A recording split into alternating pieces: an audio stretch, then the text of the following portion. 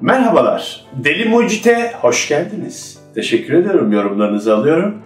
Ne çok hoşuma gidiyor açıkçası, onlara da ufak ufak cevaplar yazmaya çalışıyorum.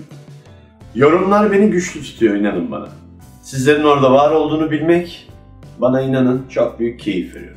Bugün ne yapacağız biliyor musunuz? Bugün bir balon, bir bozuk para. Yazı mı tura mı? Tura mı yazı mı? Bir de ona bakacağız. Ne yapıyoruz? Balonumuzu içine bozuk paramızı, metal paramızı atıyoruz. İçine tamamen sokmamız gerekiyor. Evet, evet. Bundan sonra ne yapıyoruz?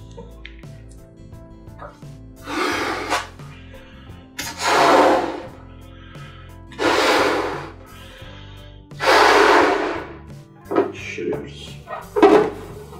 Nasıl? Topi top gibi değil mi? Bu ne işimize yarayacak? Bunun içerisine attığımız para içinde duruyor. Bir video çekimidir. Bir efendime söyleyeyim bir program çekimidir. Bir efekt lazım, bir ses lazım. Onu buradan alabiliyoruz. Buyurun izleyelim. İzlemeyip bir de dinleyelim.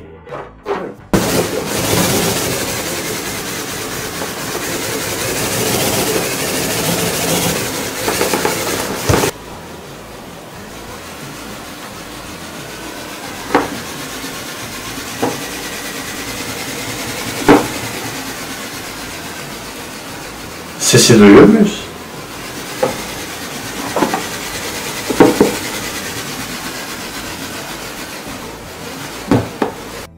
Evet. Sesimizi duyuyoruz. Bu da efektimize yarıyor. Bir de ne yaparız buradan? Parayı buradan kurtarmak lazım ya. Yazı turayı nasıl atarız? Yazılı tura. Ben de diyorum ki en güzel kumarbaz işidir bu. Yazılı tura. Tura. Sizleri seviyorum.